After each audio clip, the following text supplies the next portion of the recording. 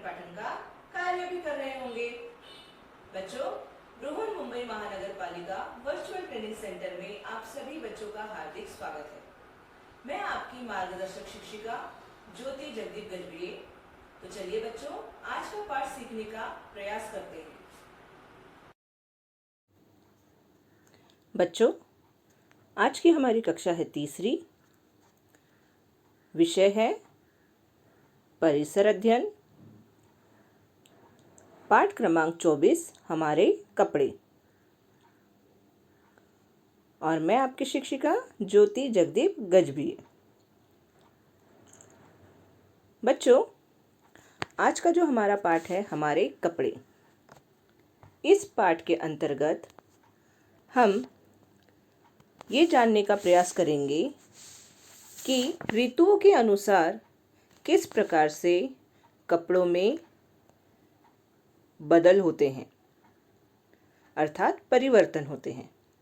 साथ ही साथ हम जानेंगे कि हमारे भारत देश में कपड़ों में किस प्रकार से विविधता है। तो चलिए आज का पाठ हम शुरू करते हैं। बच्चों, निम्नलिखित सभी चित्र ध्यान से देखो। यह चित्र किन दिनों के हैं बताओ। तो बच्चों, आपको चित्र देखना है और बताना है कि ये किन दिनों के हैं। तो अभी आप पहला चित्र देख रहे हैं। इस चित्र को ध्यान से देखिए और बताइए कि यह चित्र किन दिनों का लग रहा है आपको। बिल्कुल सही, यह चित्र है सर्दी का। अगला चित्र देखिए। ये चित्र आपको किन दिनों का लग रहा है?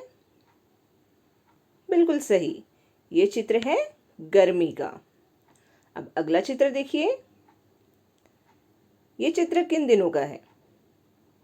बिल्कुल सही, ये चित्र है बरसात का। तो बच्चों, अब जो आपने चित्र देखे हैं, इन चित्रों के आधार पर मैं आपको कुछ प्रश्न पूछने वाली हूँ और आपको उसके उत्तर देने हैं। तो बच्चों, पहला प्रश्न है, पहले चित्र में लोगों ने किस प्रकार के कपड़ों का उपयोग किया है? बिल्कुल सही, इसका उत्तर है पहले चित्र में ऊनी अथवा गर्म कपड़ों का उपयोग किया गया है। दूसरा प्रश्न है, वे ऐसे कपड़ों का उपयोग किन कारण से कर रहे हैं? उत्तर है, वे ऐसे कपड़ों का उपयोग इसलिए कर रहे हैं क्योंकि सर्दी का मौसम है और ठंड से बचने के लिए ऊनी कपड़े पहने हैं।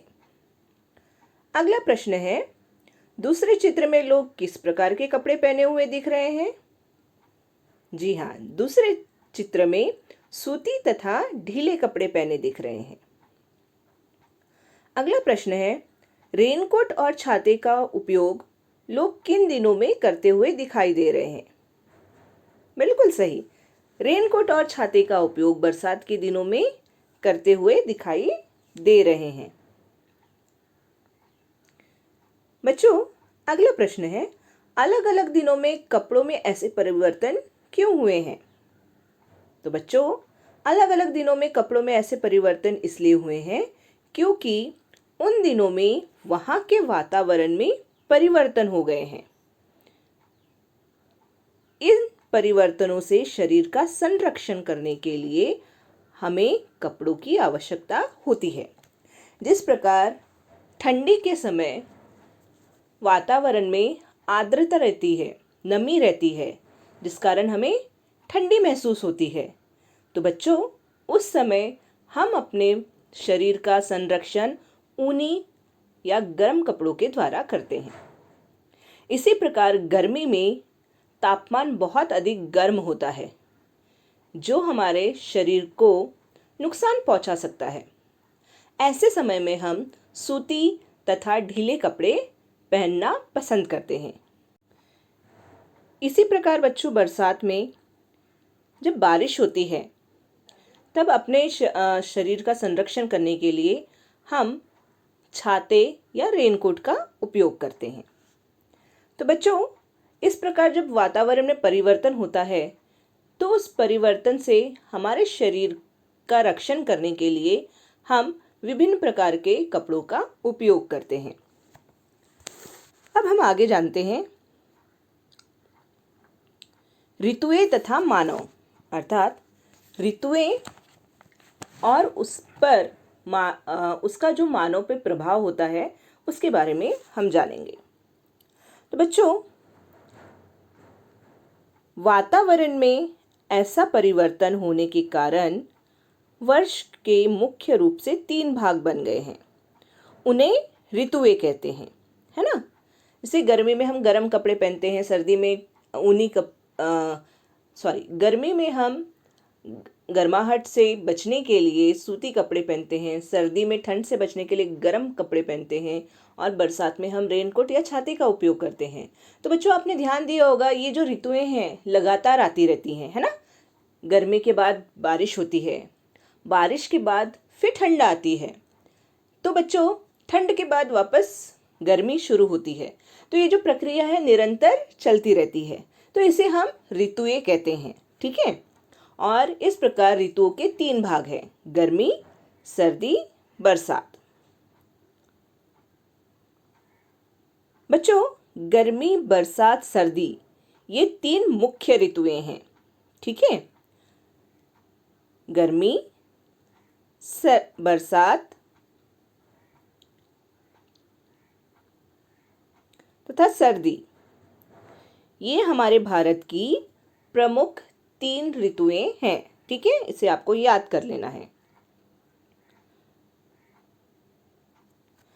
प्रत्येक ऋतु सामान्यतः 4 महीने की अवधि वाली होती है। तो बच्चों, आपको पता ही होगा कि एक वर्ष में 12 महीने होते हैं, ठीक है। उन 12 महीनों में 4 महीने इस प्रकार से जो ऋतुएं रहती हैं वह रहती है। जैसे गर्मी फरवरी से शुरू होती है और मई तक चलती रहती है। तो इसमें फरवरी, मार्च, अप्रैल, मई ये 4 महीने गर्मी के दिनों के होते हैं। इसी प्रकार बरसात जून से शुरू होती है और सितंबर तक चलती रहती है। तो जून, जुलाई, अगस्त, सितंबर ये 4 महीने बरसात के महीने होते हैं। इसी प्रकार सर्दी भी 4 महीने की होती है, जो कि अक्टूबर से जनवरी तक होती है। तो अक्टूबर, नवंबर, दिसंबर, जनवरी, तो ये जनवरी तक के सर्दियां शुरू होती हैं। तो बच्चों, ऋतुएं एक के बाद एक निरंतर तथा क्रमश आती रहती हैं। इसे ऋतु चक्र कहते हैं, ठीक है। अब हम ऋतु चक्र का चित्र देखते हैं। तो बच्चों, ये है ऋतु चक्र। ऋतु चक्र अर्थात आप देख रहे हैं गर्मी के बाद बरसात होती है, मतलब तापमान एकदम गर्म हो जाता है, और उसके बाद बारिश होती है। बारिश होने के बाद फिर ठंड का मौसम आता है, और ठंड के बाद फिर वापस गर्मी। तो ये जो प्रक्रिया है बच्चों, वर्ष भर निरंतर चलती ही रहती है। तो इसलिए इसे ऋतु चक्र कहा जाता है।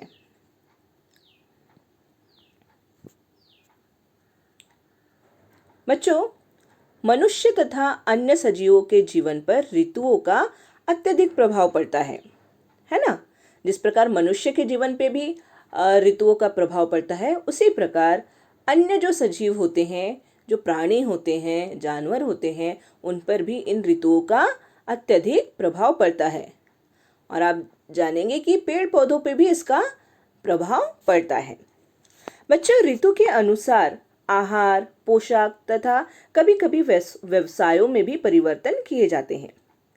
अब ऋतु के अनुसार आहार में परिवर्तन अर्थात आप देखिए, जब गर्मी का मौसम शुरू हो जाता है तब आप आम, जामुन, तरबूज इस प्रकार के फल आपको गर्मियों में मिलते हैं, और आप इन दिनों में आइसक्रीम, नींबू पानी, शरबत इस प्रकार के पेय अधिकतर पीते हैं। इसी प्रकार जैसे ही बरसात शुरू होती है तब सबको तला भुना खाना बहुत अच्छा लगता है ना। तो उस समय मकई, मूंगफली, पकोड़े ये सब आप खाना बहुत पसंद करते हैं। इसी प्रकार जैसे ही सर्दियाँ शुरू होती हैं तो सर्दियों में मिलने वाले फल, फ्रूट्स, सब्जियाँ ये भी आप खाना शुरू करते हैं। तो इस प्रकार बच्चों ऋतुओं का हमारे आहार पर भी असर पड़ता है और पोशाक पे भी पड़ता है, अर्थात कपड़ों पर। गर्मियों में हम सूती कपड़े पहनते हैं, सर्दियों में हम ऊनी कपड़े पहनते हैं और बरसात के समय हम रेनकोट या छाते का उपयोग करते हैं। तो इस प्रकार ऋतुओं का हमारे जीवन पर बहुत अत्यधिक प्रभाव पड़ता है। साथ ही साथ बच्चों व्यवसायों में भी परिवर्तन होता है। ऋतुओं के अनुसार नए नए व्यवसाय भी बदलते रहते हैं। अभी बच्चों जिस प्रकार सजीव मनुष्य हर मौसम में अलग अलग प्रकार के वस्त्र पहनता है, जैसे बरसात में बरसात से बचने के लिए छाते या रेनकोट का उपयोग करता है, ठंडी में ऊनी कपड़े पहनता है, गर्मी में सूते कपड़े पहनता है। उसी प्रकार आपने कभी सोचा है कि जो जानवर है वो किस प्रकार अपनी रक्षा करते होंगे? तो बच्चों ये जो जानवर है, अधिकतर जानवरों के जो खाल रहती है वो बहुत ही मोटी रहती है और उन पर बाल भी होते हैं। तो बच्चों ये जो बाल होते हैं उनके, वह उन्हें हर मौसम से सुरक्षा प्रदान करते हैं। कई जानवर ऐसे भी होते हैं बच्चों जो अपना तापमान ऋतुओं के अनुसार बदलते हैं। जैसे गर्मी में अपना तापमान वह ठंडा कर लेते हैं, जिससे उनका संरक्षण होता है। तो इस प्रकार पेड़ पौधे भी अपनी सुरक्षा करते हैं, है ना? अब हम आगे बढ़ते हैं।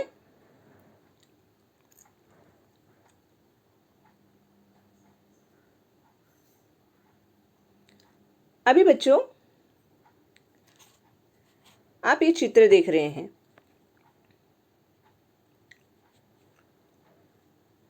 ये चित्र ऋतुओं के अनुसार जो हम कपड़े पहनते हैं उनके हैं, है ना? जिस प्रकार हम सर्दी में ऊनी कपड़े पहनते हैं अलग अलग तरह के, बरसात में भी हम अलग अलग तरह के बरसाती कपड़े पहनते हैं और गर्मियों से गर्मी में बचने के लिए हम विभिन्न प्रकार के कपड़े पहनते हैं। बच्चों ऋतुओं के अनुसार प्रकृति तथा परिसर में भी परिवर्तन होते रहते हैं। मनुष्य को इन परिवर्तनों के साथ स्वयं को अनुकूल रखना उत्तम होता है। ठीक है बच्चों? अभी बच्चों इसे सदैव ध्यान में रखो। मनुष्य एवं अन्य सजीवों के जीवन पर ऋतुओं का अत्यधिक प्रभाव पड़ता है।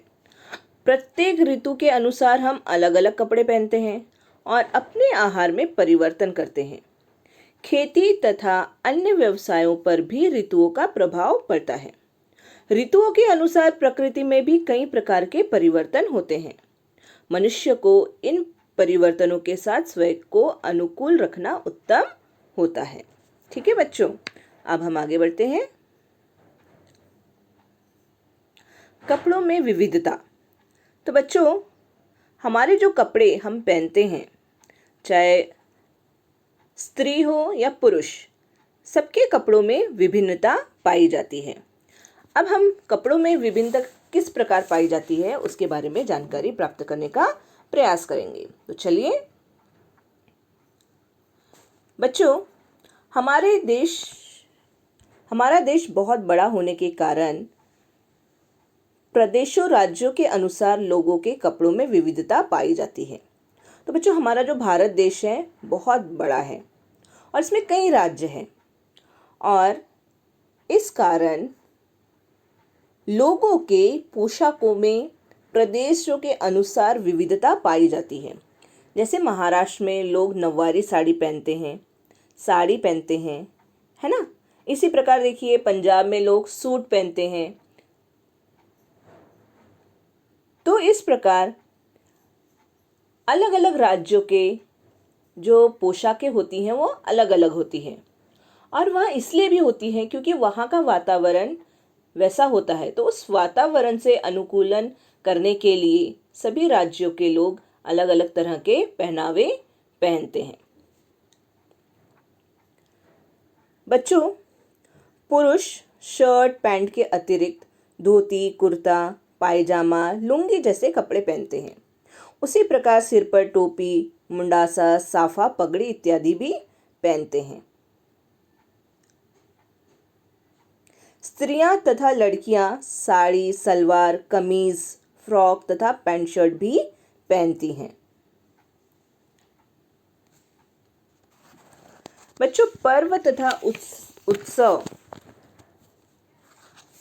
पर्व उत्सव तथा समारोह में लोग सज धज कर जाते हैं। कुछ लोग पारंपरिक वस्त्र पहनते हैं, आकर्षक जरी वाले कपड़े भी पहनते हैं।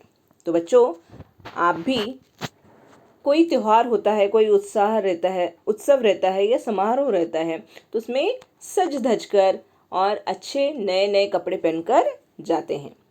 कुछ लोग पारंपरिक वस्त्र भी पहनते हैं। पारंपरिक मतलब बच्चों जो परंपरा से पहनते हुए आए हुए जो वस्त्र होते हैं, है ना। तो इस प्रकार लोग सज धज कर आकर्षक पोशाकें पहनकर जाते हैं। लोग अलग अलग रंगों, प्रकारों और बेल बूटेदार कपड़े पहनते हैं। परंपरा के अनुसार भी कपड़ों में विविधता पाई जाती है। इसे कपड़ों की विविधता कहते हैं, है ना। बच्चों, मुख्य रूप से ऋतुओं के अनुसार कपड़ों का चुनाव करना पड़ता है, परंतु पसंद, सुविधा और व्यवसाय के अनुसार भी लोग कपड़ों का चयन करते हैं। बच्चों, आप स्कूल जाते हैं तो स्कूल में आप क्या पहन के जाते हैं? इस प्रकार का गणवेश, है ना, इसे हम गणवेश कहते हैं। और आपने देखा होगा कि स्कूल के सभी बच्चे इस प्रकार का गणवेश पहन कर आते हैं। तो इस प्रकार गणवेश पहनना क्यों ज़रूरी है? क्योंकि बच्चों, जब सभी विद्यार्थी एक ही प्रकार का गणवेश पहनने के कारण एक जैसे दिखते हैं और आप लोगों को एक अलग सी पहचान मिलती है कि आप इस स्कूल के छात्र हैं। इसी प्रकार बच्चों, कुछ व्यवसायों में भी गणवेश पहने जाते हैं।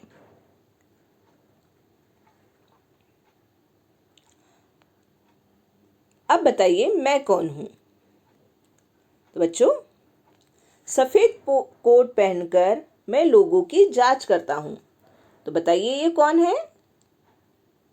बिल्कुल सही, ये है डॉक्टर, है ना। तो बच्चों, जो डॉक्टर का व्यवसाय होता है, तो डॉक्टर की पहचान होती है सफ़ेद कलर का कोट, है ना। तो इस प्रकार डॉक्टर को हम आसानी से पहचान लेते हैं।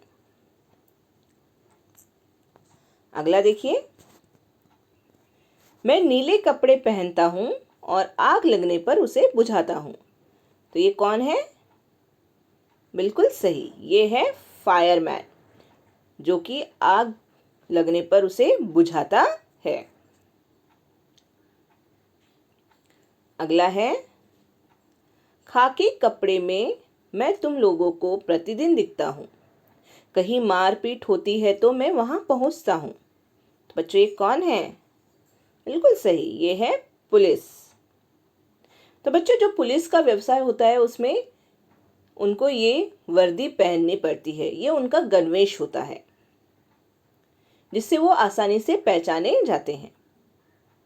अगला देखिए, मैं अस्पताल में होती हूँ और रोगियों की सेवा करती हूँ। तो बच्चों, ये कौन है? बिल्कुल सही, नर्स, जिसे हम परिचारिका कहते हैं। अगला देखिए, मैं देश के संरक्षण के लिए सदैव तत्पर रहता हूँ। तो बच्चों, कौन है ये? बिल्कुल सही, ये है सैनिक। बच्चों,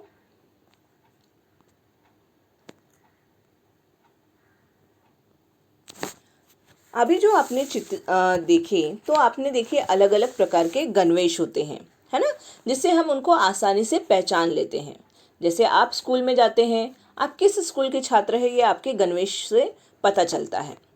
तो इसी प्रकार और भी कुछ व्यवसाय है बच्चों, जिसमें गणवेश पहने जाते हैं। तो ये आपको खोज के लिखना है कि और किन व्यवसायों में इस प्रकार के गणवेश पहने जाते हैं। अब चलिए थोड़ा सोचते हैं। अब मुझे बताइए, पहला प्रश्न है, कमल को मामा जी के पास पैदल जाना है, परंतु तेज बरसात हो रही है। बिना भीगे मामा जी के पास जाने के लिए उसे क्या करना पड़ेगा? सोचिए सोचिए। बिल्कुल सही। कमल को मामा जी के पास पैदल जाने के लिए रेनकोट या फिर छाते का उपयोग करना पड़ेगा, तभी वो बिना भीगे मामा जी के पास पहुंच सकता है। अगला प्रश्न है, जेकब ने ऊनी कपड़े पहने हैं परंतु उसे अत्यधिक गर्मी लग रही है। उसे कौन से कपड़े पहनना ठीक रहेगा? सोचिए। बिल्कुल सही। तो बच्चों, जेकब ने ऊनी कपड़े पहने हैं परंतु उसे अत्यधिक गर्मी लग रही है, तो उसे अपने ऊनी कपड़े निकालकर सूती तथा ढीले कपड़े पहनना ठीक रहेगा, है ना। अब हम आगे बढ़ते हैं। बच्चों, क्या आप जानते हैं कि सैनिकों का गणवेश प्राकृतिक वातावरण से मिलता जुलता होता है? ऐसी युक्ति इसलिए की जाती है कि वे शत्रुओं की सेना को आसानी से दिखाई न दे। उदाहरण, मरुस्थलीय प्रदेशों में खाकी कपड़े, जंगली प्रदेशों में हरे, तो हिमालय जैसे बर्फीले प्रदेश में वे सफ़ेद कपड़े पहनते हैं। तो बच्चों, आपने आर्मी या सैनिकों की पोशाक देखी है? तो चलिए मैं दिखाती हूँ आपको। तो ये देखिए बच्चों, ये है सैनिक, है ना, जो कि जंगली प्रदेश में है। तो बच्चों, इसलिए इनकी जो यूनिफॉर्म है, इनका जो वर्दी है, वो इस प्रकार से है ना, ताकि वो जंगलों में आसानी से छिप सके। अब हम दूसरा चित्र देखते हैं। ये देखिए, ये है खाकी वर्दी, है ना, जो कि मरुस्थल की जो रेत होती है उस रंग की होती है, जिससे कि वो आसानी से इस रेत के रंग में छिप सके। फिर है हिमालय। तो बच्चों, हिमालय में जो सैनिकों की वर्दी होती है, जो हिमालय की रक्षा करते हैं हमारे सैनिक, उनकी वर्दी इस प्रकार की सफ़ेद होती है, जिससे वो बर्फ में छुपे रहें तो किसी को नज़र ना आए। इसलिए देखो बच्चों, हमारे सैनिकों का गणवेश बिल्कुल प्राकृतिक वातावरण से मिलता जुलता है। तो अभी आपने देखा कि किस प्रकार हमारे सैनिकों की अलग अलग वर्दियां होती हैं, जो उनकी रक्षा दुश्मनों से करती है। अब बच्चों, हम देखेंगे कि हमने क्या सीखा। तो बच्चों, हमने सीखा, हम एक वर्ष में गर्मी, बरसात तथा सर्दी, इन ऋतुओं का अनुभव करते हैं। दूसरा, ऋतुओं के अनुसार जलवायु तथा हवा के तापमान में होने वाले परिवर्तनों से अनुकूलन स्थापित करने के लिए कपड़ों में परिवर्तन करना पड़ता है। तीसरा, हमने जाना, मनुष्य तथा अन्य सजीवों के जीवन पर ऋतुओं का अत्यधिक प्रभाव पड़ता है। ऋतुओं के अनुसार आहार, पोशाक तथा कभी कभी व्यवसायों में भी परिवर्तन किए जाते हैं। अब हम देखेंगे स्वाध्याय। तो बच्चों, स्वाध्याय में है पहला प्रश्न, कोष्टकों में से उचित शब्द चुनकर निम्नलिखित वाक्यों में के रिक्त स्थानों की पूर्ति करो। पहला रिक्त स्थान है, डैश के महीने में बरसात होती है, अगस्त, जनवरी, मार्च। तो बताइए, कौन से महीने में बरसात होती है? अगस्त में, जनवरी में या मार्च में? बिल्कुल सही, अगस्त में, है ना। अगस्त के महीने में बरसात होती है। दूसरा है, डैश की ऋतु में हवा का तापमान अधिक होता है। तो बच्चों, कौन सी ऋतु में हवा का तापमान अधिक होता है? सर्दी में, गर्मी में, बरसात में? बिल्कुल सही, गर्मी की ऋतु में हवा का तापमान अधिक होता है। अगला प्रश्न है, डैश की ऋतु में हवा ठंडी तथा सुखदायी होती है। तो बच्चों, किस ऋतु में हवा ठंडी तथा सुखदायी होती है? सर्दी, गर्मी, बरसात? बिल्कुल सही, सर्दी के ऋतु में हवा ठंडी तथा सुखदायी होती है। अगला प्रश्न है, अगला रिक्त स्थान है, दिसंबर के महीने में डैश की ऋतु होती है। तो दिसंबर के महीने में कौन सी ऋतु होती है बच्चों? सर्दी की, गर्मी की, बरसात की? बिल्कुल सही, सर्दी की, है ना। तो दिसंबर के महीने में सर्दी की ऋतु होती है। अब हम अगला प्रश्न देखते हैं। निम्नलिखित कथन सही है अथवा गलत लिखो। तो पहला है, हमारे यहाँ जनवरी के महीने में गर्मी पड़ती है। तो बच्चों, ये जो वाक्य है ये सही है या गलत है? तो बिल्कुल गलत है। हमारे यहाँ जनवरी के महीने में ठंड होती है। अगला प्रश्न है, सर्दी में रेनकोट का उपयोग करते हैं। तो बच्चों, ये वाक्य सही है या गलत? तो ये गलत है। हम सर्दी के दिनों में ऊनी कपड़ों का उपयोग करते हैं। तीसरा है, गर्मी में ऊनी कपड़े पहनते हैं। तो ये वाक्य है गलत। हम गर्मी में सूती और ढीले कपड़े पहनते हैं। चौथा वाक्य है, भारत में कपड़ों में विविधता पाई जाती है। तो वाक्य सही है अथवा गलत? बिल्कुल सही, ये वाक्य सही है। भारत में कपड़ों में विविधता पाई जाती है। अगला है, हमारे यहाँ जुलाई के महीने में बरसात होती है। तो ये वाक्य सही है या गलत? बिल्कुल सही। हमारे यहाँ जून से बरसात शुरू होती है।